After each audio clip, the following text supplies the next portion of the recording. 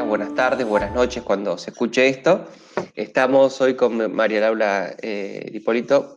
Y primero, bueno, es un placer otra vez estar en este ciclo de entrevistas con María Laura. Bueno, ahora nos va a contar un poco su vida, pero una excelente narradora. Ustedes la pueden googlear, hay muchas actividades de ella, está hoy disponible la información. Pero primero, María Laura, antes de arrancar, Sí. contame, ¿qué es eso que tenés atrás tuyo? Esa, Ah, esa imagen, esa esa, imagen que tenés. esa imagen que tengo detrás mío es un papel picado mexicano, Mm, de los que se usan en la conmemoración de Día de Muertos. bien. Y yo voy en otros momentos, como mínimo una vez al año, a trabajar a México, a partir del año 2004. Y la festividad de Día de Muertos me cautivó. Y tuve la suerte de ensamblar siempre o casi siempre esa fecha. Y una de las cosas que me he traído por toneladas es el papel picado, que hay de los tamaños que se imaginen. Hay papeles picados que tienen el tamaño de una pared estándar. Y hay pequeñitos, si pegáramos una girada por mi habitación, yo tengo unos muy pequeñitos en una de las ventanas y tengo cantidades industriales que me traje por algún miedo atávico que terminó siendo real. No voy a poder volver y me voy a quedar sin papel picado, que siempre que hay una fiesta en mi casa está colgado como en las cantinas, y Ujú. cuando mis hijos celebran algo me vienen a pedir, que eso me encanta. Mamá, ¿tenés papel picado para que no? Sí, lleven, y ellos arman sus propias guirnaldas. Sí. Bien. Seguramente va a surgir esto de la fusión, las culturas y la Mm, narración. Pero bueno, sí. sin adelantarme, contame un poco de vos, contale a quienes nos están escuchando un poco de vos respecto de tu faz. Vamos primero por la faz más artística. Vamos por esa faz primero. Bueno, yo me dedico a la narración oral. Y me gusta llamarla narración oral escénica porque desde donde yo me sitúo, cualquier lugar donde me sitúe a narrar, en mi cabeza es un escenario. Hay cuestiones que sí o sí tengo que tener presentes al momento de ponerme a narrar. ¿Cómo llegué a esto? De la manera como llegan las cosas que no buscamos. Yo formaba parte de un grupo multidisciplinar en la Facultad de Periodismo, acá en La Plata, que es donde yo vivo, y como investigadora, no como narradora. Fue un grupo que estableció una cátedra libre de narración oral y un seminario optativo de narración oral y oralidad en esta facultad. Un día llegó una persona a la cátedra que gestionaba un festival en Colombia. Por una circunstancia yo lo voy a buscar, el señor venía de Capital, me quedo con él haciendo tiempo. Cuando termina la actividad me entrega las condiciones de participación de su festival. Entonces yo le digo, no, le digo, usted se confundió, las narradoras de la cátedra son fulana, mengana y sutana, yo soy una de las investigadoras. Y el señor se queda mirándome y me dice, usted no sabe que es narradora. Dice, pero usted es narradora. Por favor, piénselo y acepte. Era mayo, el festival era en noviembre, yo tenía que mandar una muestra, el señor fue muy insistente, grabé la muestra de cualquier manera, no le puse el menor cuidado. Finalmente entré al festival y cuando el señor me mandó la aceptación, el jurado mandó la aceptación, pregunté los motivos por los que me habían aceptado. Y este señor me contestó muy risueñamente, comentando que era la primera vez que un participante preguntaba por qué había sido elegido. Nunca en 18 años nadie les había preguntado por qué los habían elegido. El día antes de viajar me quedé muda, literalmente muda, y solo tenía voz para subir a contar. Y como buena principiante, tomé todas las funciones que los narradores profesionales esquivaban, que eran las narraciones en escuelas. Yo en una escuela me sentía en mi salsa. Nos pusieran la cantidad de niños que nos pusieran, la hora, porque en Colombia empiezan las clases muy temprano, en esa zona por el calor, estábamos en la zona del Pacífico, así que a las 6:15, a las 7 los chicos están en la escuela. Para eso había que levantarse a las 6, como mínimo. Y yo iba feliz a esas funciones. Acompañada por otro narrador que estaba en la misma situación que yo y con quien hemos constituido una hermandad profunda y seguimos trabajando juntos aún hoy. Y así fue como empecé. Y fue un camino de ida. Nunca más lo dejé. ¿Cómo es esa narración escénica? ¿Qué diferenciás vos de, bueno, del artista que se sube al escenario? ¿Qué cosas distintas tiene? ¿Qué particularidades vos pondrías de alguien que hace teatro, por ejemplo, en Y un unipersonal? lo primero es que yo no tengo una cuarta pared. Todo lo que sucede en escena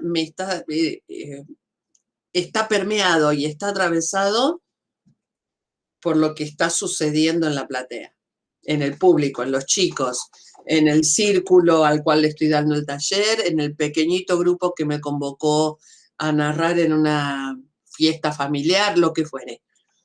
Y yo tengo que estar abierta hasta la situación de haber elegido mal el cuento. Y tener que poder decir y decirme, esto no va por acá, giremos en la curva que viene. O incluir situaciones que están sucediendo entre quienes me escuchan. Comentarios, interrupciones, los benditos celulares que nadie apaga, porque todos están esperando que lo llamen de la NASA para apretar el botón de despegue de alguna nave que sí o sí tiene que despegar mientras yo narro. Por lo tanto, esa es para mí la gran diferencia. Esta gimnasia permanente que se puede evitar. Yo tengo colegas que narran hacia allá y van para allá. Y es su manera. Yo no puedo. No puedo Bien, hacer como si no.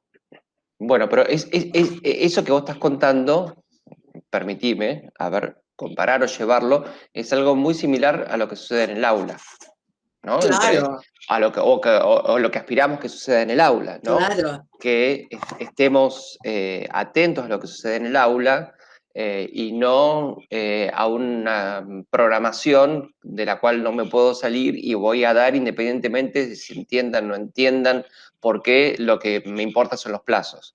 Entonces, me parece que esto es algo muy similar a lo que debería suceder en el aula, donde prestamos atención a todo ese universo de lo que sucede y de lo que no Sí, está sucediendo también. Que, por sí. ejemplo, no prestar atención, ¿sí? ¿Pero por qué? Porque está en otro lado, porque tiene un problema en la familia, porque no comió, o porque, bueno, por lo que fuere. O porque debemos aceptar que el tema que tenemos que desarrollar para llegar al tema siguiente, que es con el que nos queremos vincular, es insoportablemente aburrido. Y está bueno que a veces a mí me ha hecho sentir en otro tipo de vínculo, decir, miren, yo soy plenamente consciente de que esto que tengo que compartirles, en cualquier otro lugar de la vida, ustedes lo podrían dejar de lado. Pero como yo quiero llegar a esto que sospecho que les va a gustar muchísimo, necesitamos atravesar esto. Si todos nos concentramos al mismo tiempo, terminamos antes. O sea, no jugar a que no sabemos de las dificultades, el aburrimiento que genera, la oscuridad del conocimiento que tenemos que transmitir, oscuridad en términos de complejidad. Ujú. Y algo se distiende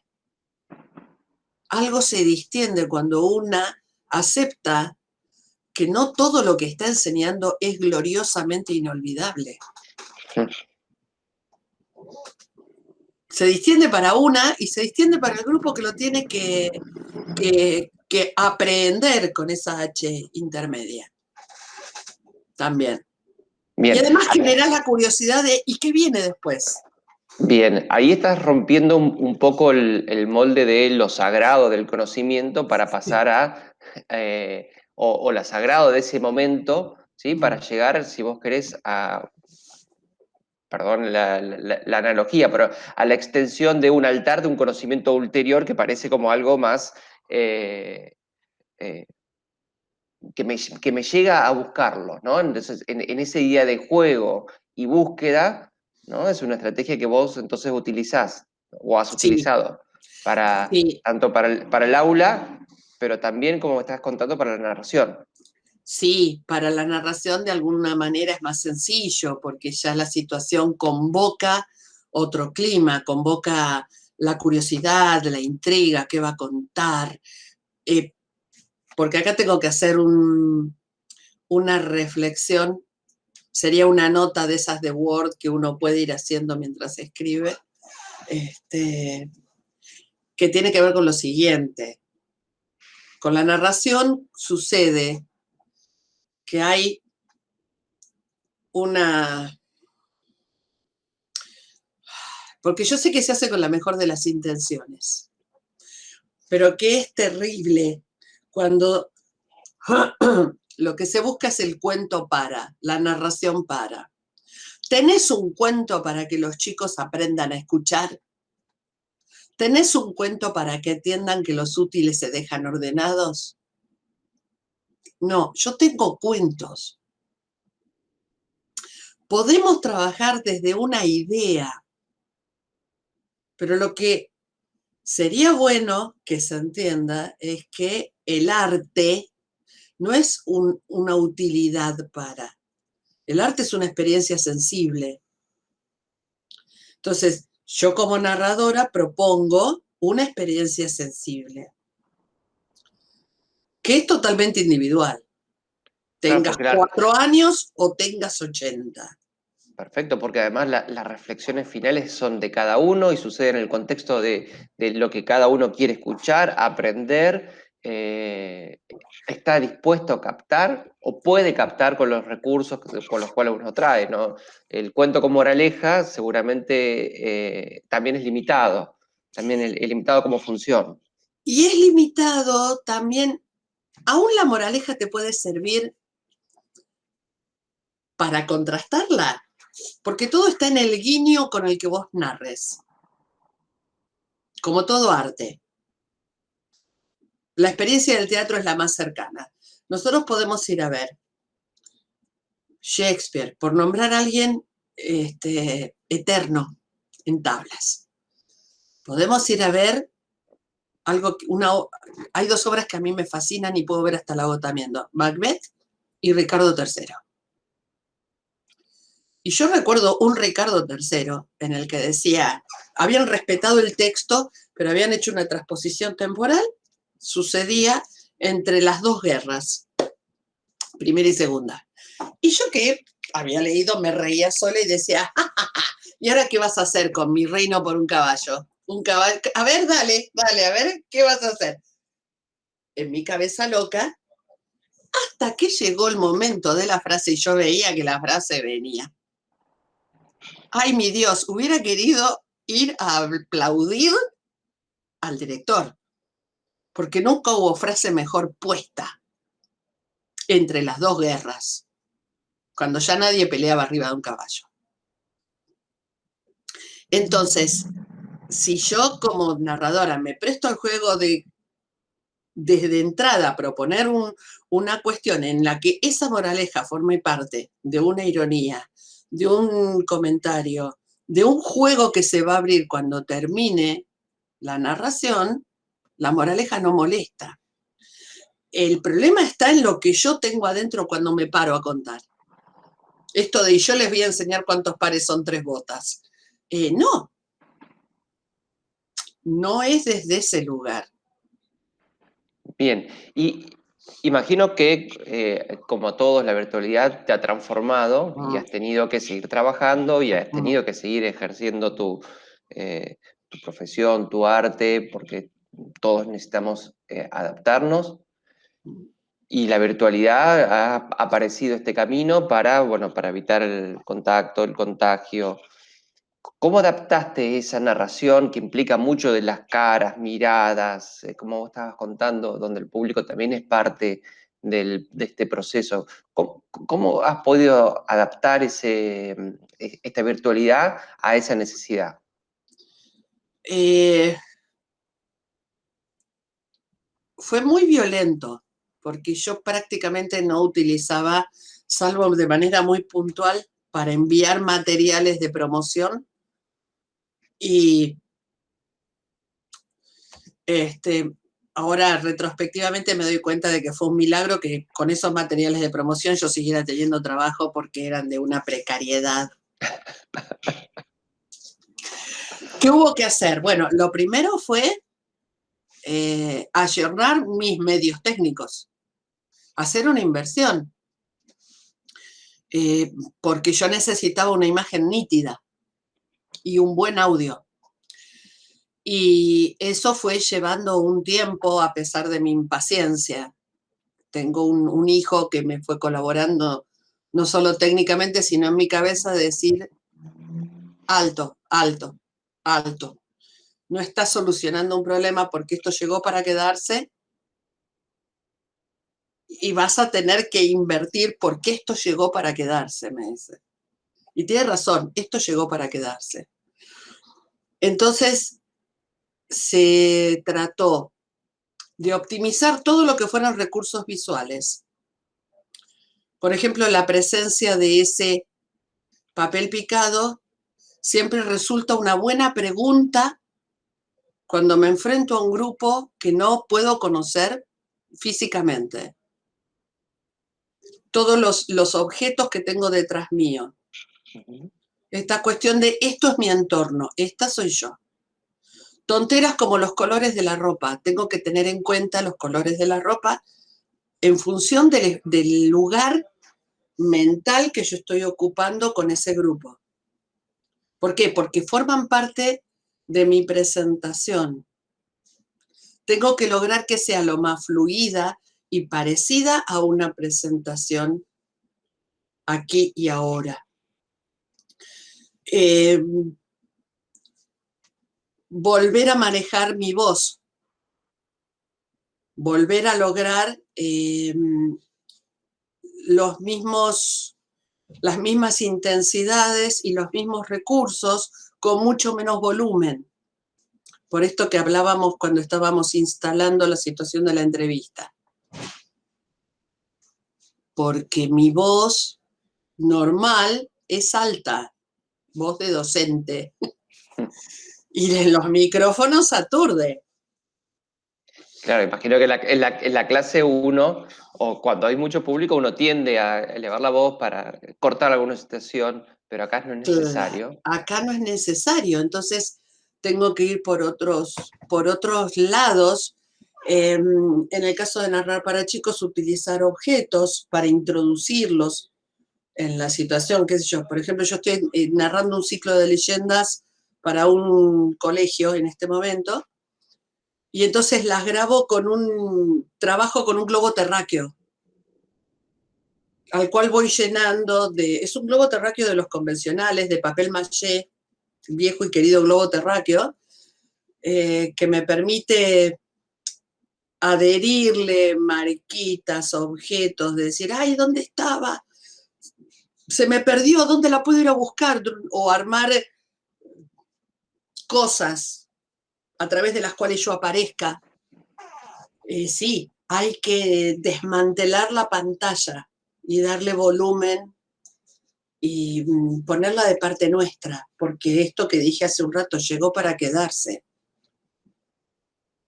Bien, pero a ver, eso es lo que vos haces, ¿bien? Ajá.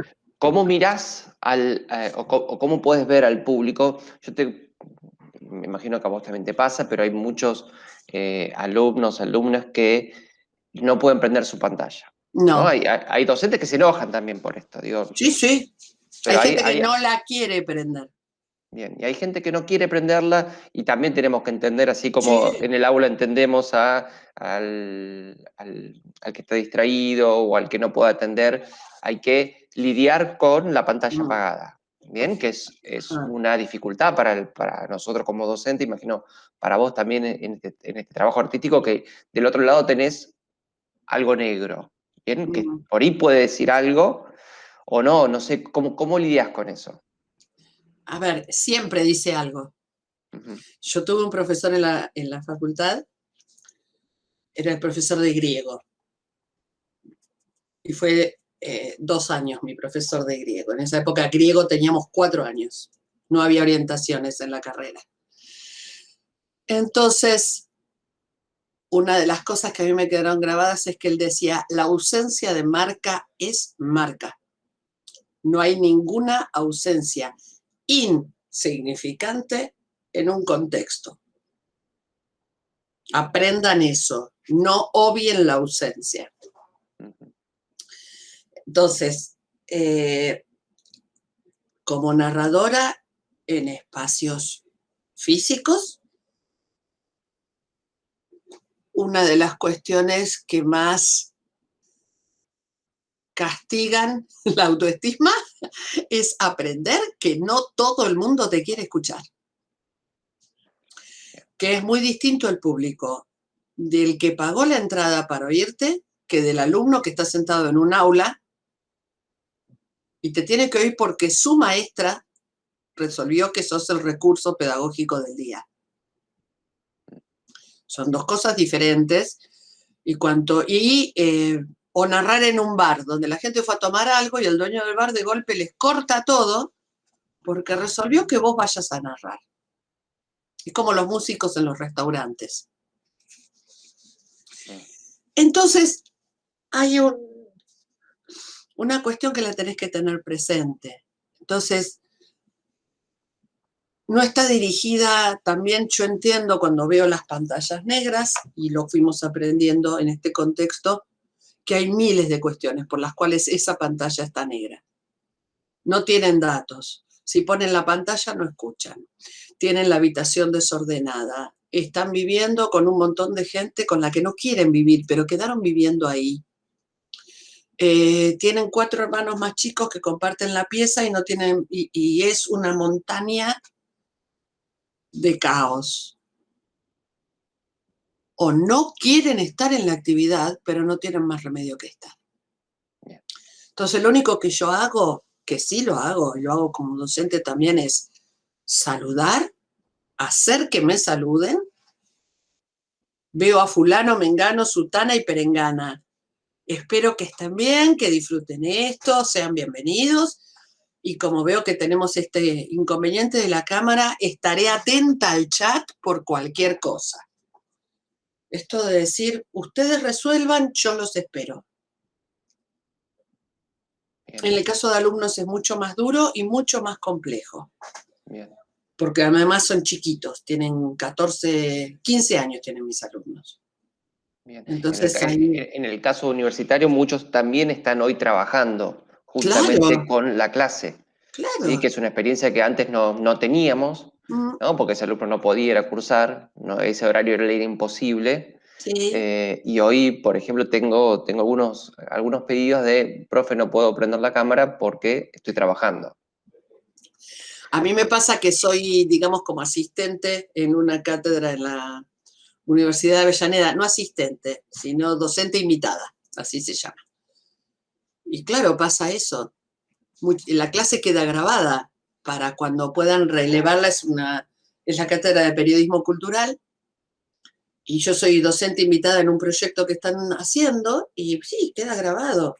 Y me han explicado, profe, mire, no podemos prender porque estamos trabajando. Y yo tengo el auricular puesto, sí, sí, está bien.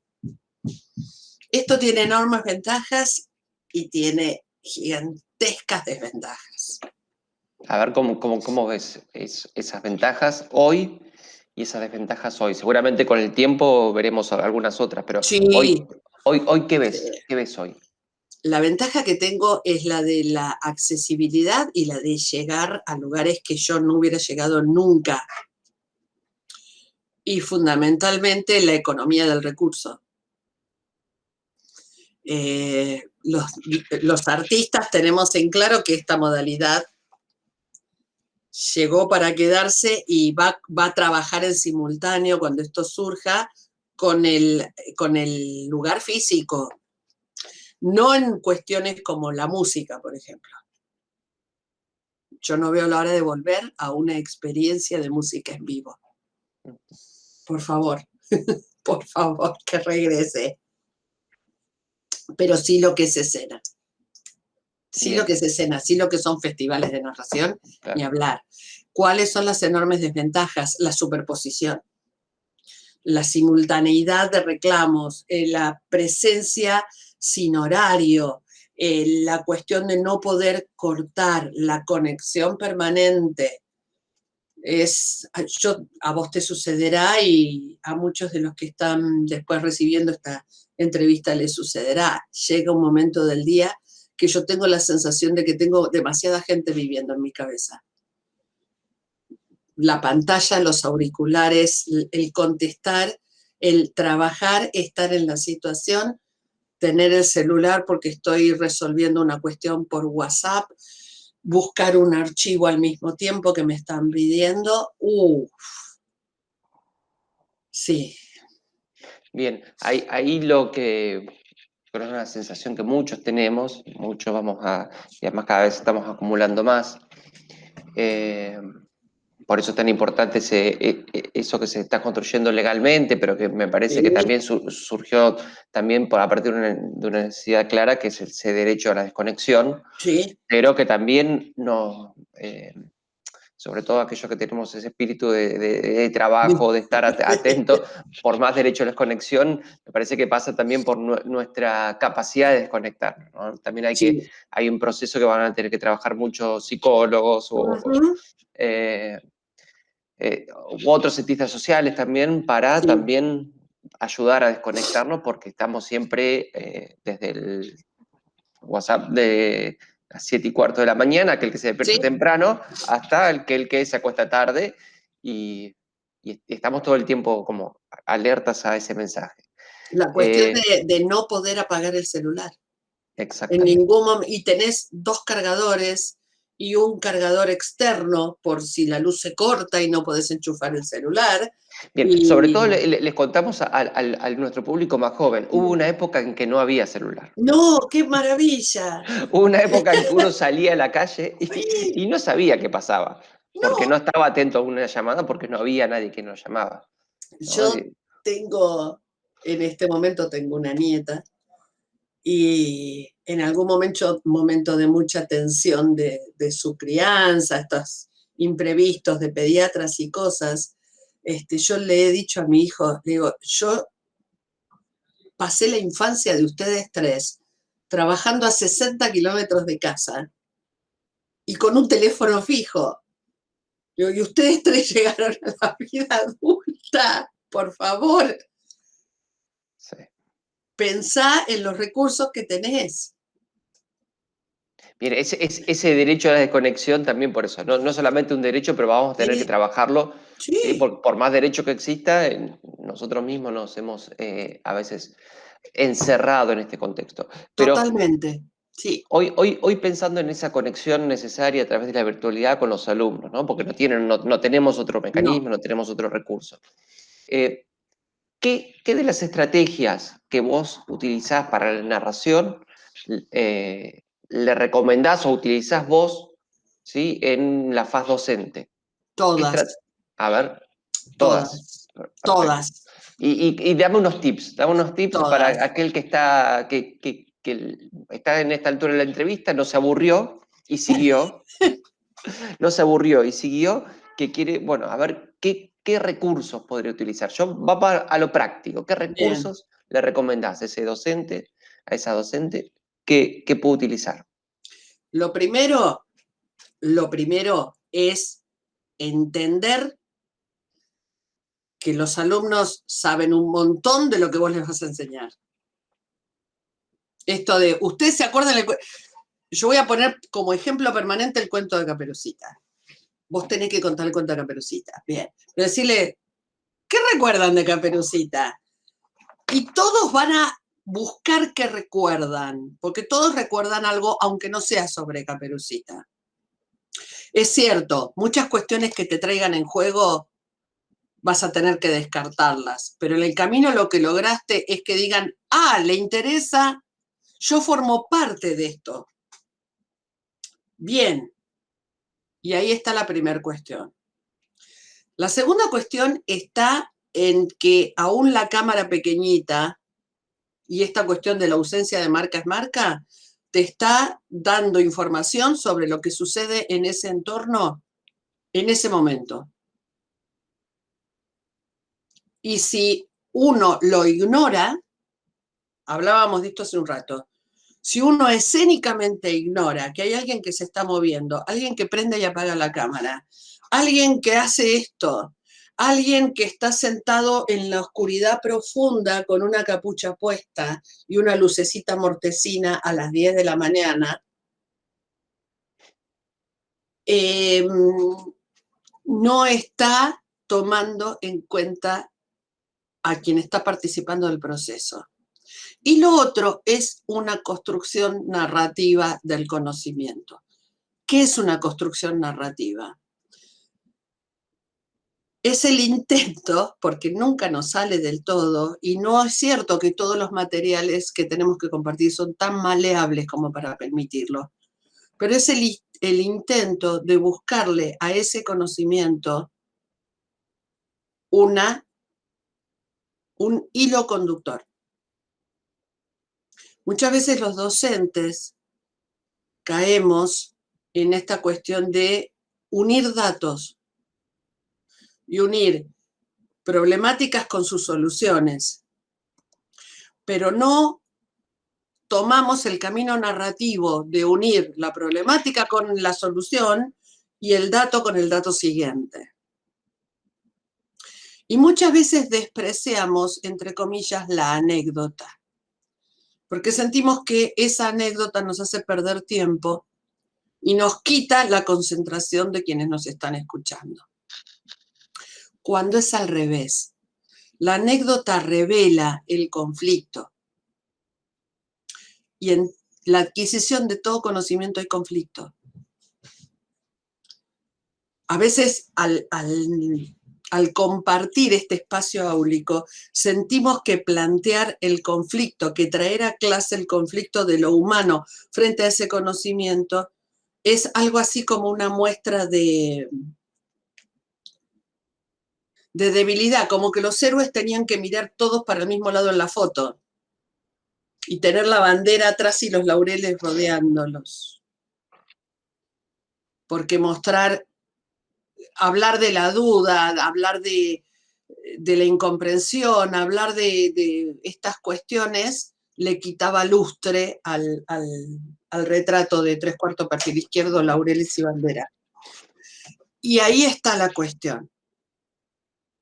Y por sobre todas las cosas, tener muy en claro de que de alguna manera ellos algo saben de la cuestión. No le pueden poner el nombre, pero algo saben.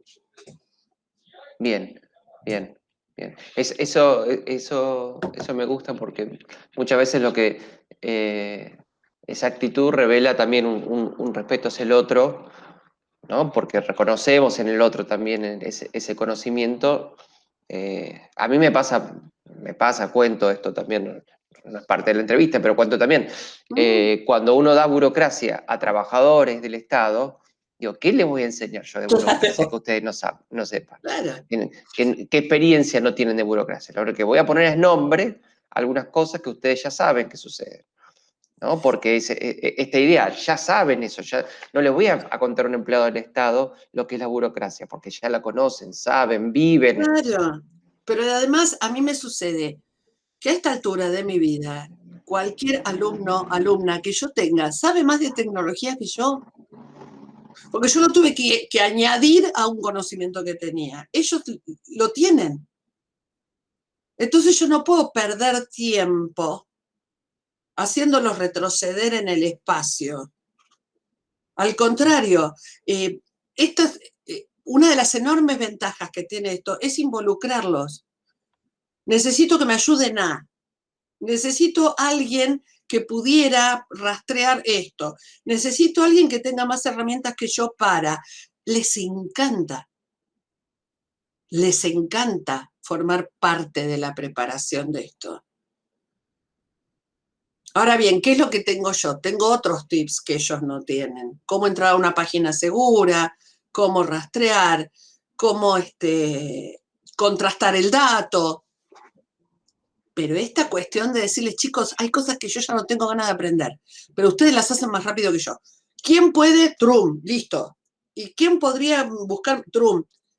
Porque lo hacen mejor. Lo hacen mejor que yo, lo hacen más rápido. Y les gusta. Y les gusta.